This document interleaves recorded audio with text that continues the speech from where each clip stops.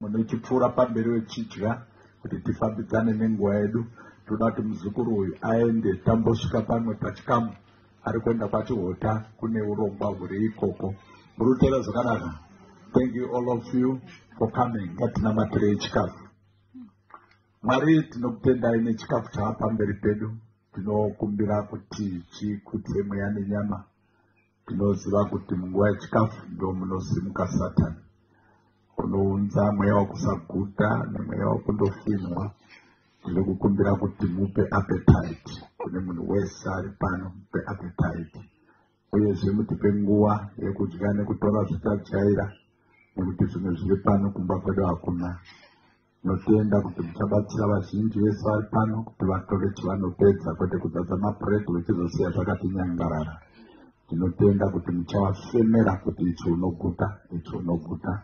Chivabatsira vese. Chidai kuti sekuru nambuya madzima vadyewo sevanhu vasvika makore akawanda.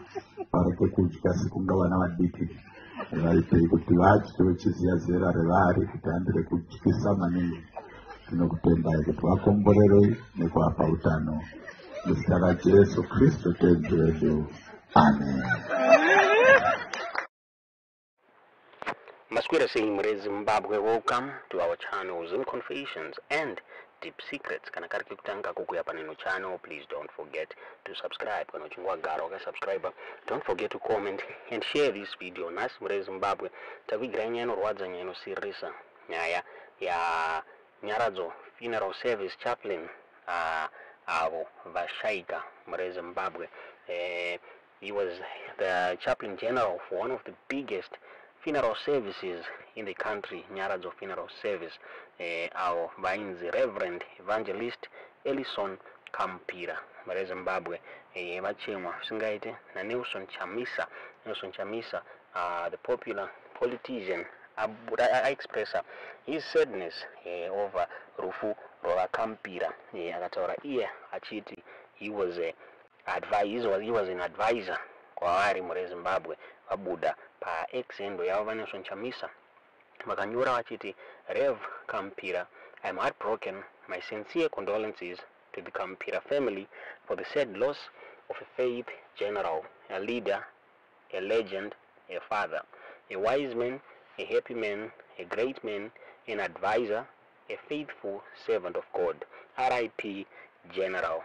Those vabuda chitauro na Nelson Chamisa Zimbabwe varedza kurwadziwa varizobatikana nekufa kwaita General kwaita Reverend Kampira Zimbabwe. Vafunga Nelson Chamisa vakambobvunzwa vachinzi advisor wenyu ndiani, vakataura vachiti advisor wangu is the Holy Spirit. Chirava izokuti vaiadvaiswa nevanhu vaMwari Zimbabwe sezvavabuditsa apa vachitaura vachiti Reverend Kampira was his advisor Zimbabwe. Vaziona sei nyaya iyi zvakare fadzai maere abuda achitaura achiti, saddened to learn of the untimely passing of Reverend Kampira. Mourning is never easy, but he gave so many of our family, friends and loved ones a dignified send-off. He reminded us of our mortality, but did so with an appropriate touch of humor, wit and ubuntu. He will be greatly missed. Sincere condolences to the Nyaradzo group and all his family and loved ones. What a sad day. May he rest in eternal peace. Councillor Denford Gadziwore Abuda Zakara, my condolences to Kampira family, United Methodist Church and Nyaradzo group on the passing away of Reverend E. Kamupira. May his soul rest in eternal peace. Joanna Mamombe Abudo Achichema, Reverend Chaplain, Reverend Kampira. Abuda Achiti, rest in peace, Chaplain Kampira. Your dedication, wisdom, and service will forever be remembered. The veteran journalist Opo Chingono Abuda Zakara expressed his condolences akanyora pa exendo yake achita, I am deeply saddened by the news of the passing of Reverend or Evangelist Ellison Kampira, the chaplain general at Nyaradzo. Skanzi akaenda mbele achiti, he was such a kind, generous, humorous, a humble man who lightened the burden of death for many families when he presided over funeral services at Nyaradzo. I last met him last year when he presided over my cousin's funeral service. We were all in deep pain at our loss, but he put a smile on our faces by reminding us that we were there celebrating someone's life, a well-lived life.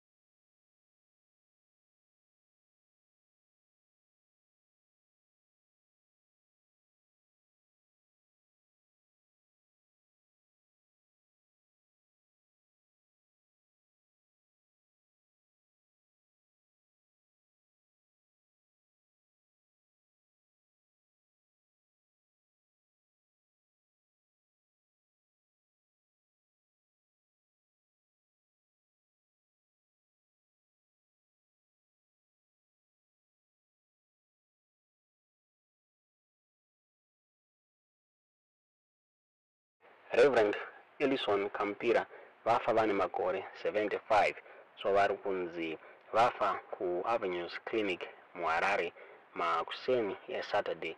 Kunzi vanga vasinganzwemushe vanga vane cancer muri Zimbabwe.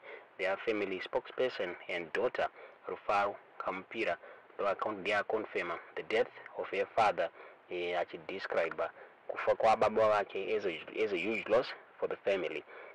Reverend Kampira wakaseva under the United Methodist Church and was renowned for his sermons at Nyaradzo Chapel in Zimbabwe. Vanga vane vana 3 ne 1 grandson pamwechete vachirarama nemukadzi wavo yanzi Chipo Kampira muri Zimbabwe. Nyaya inorwadza, nyaya inosirisa, tisingazive kuti munionawo sei nyaya iyi. Tiudze zvamurifunga pamusoro penyaya iyi mucomment section. Munochipfuura pamberi wechidya kuti tifambidzane nenguva yedu. Toda kuti muzukuru uyu aende tambosvika pamwe pachikamu ari kuenda kwachihota kune urongwa huri ikoko. Murutera zvakanaka. Thank you all of you for coming. Ngatinamatire chikafu. Mwari tinokutendai nechikafu chava pamberi pedu. Tinokumbira kuti chikudze mweya nenyama. Tinoziva kuti munguva yechikafu ndo munosimuka Satani. Unounza mweya wekusaguta nemweya wekundofinwa. Tinokukumbira kuti mupe appetite kune munhu wese ari pano, mupe appetite. Uyezve mutipe nguva yekudya nekutora zvitajaira, nekuti zvimwe zviri pano kumba kwedu hakuna. Tinotenda kuti muchabatsira vazhinji vese vari pano kuti vatore chivanopedza, kwete kudzadza mapureti vechizosiya zvakatinyangarara. Tinotenda kuti muchavafemera kuti ichi unoguta, ichi unoguta. Chivabatsira vese. Chidai kuti sekuru nambuya madzima vadyewo sevanhu vasvika makore akawanda, vareke kudya sekunga vana vadiki.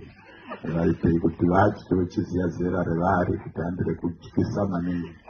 Tinokutendai kuti vakomborerei nekuvapa utano. Muzita raJesu Kristu tenzi wedu. Amen.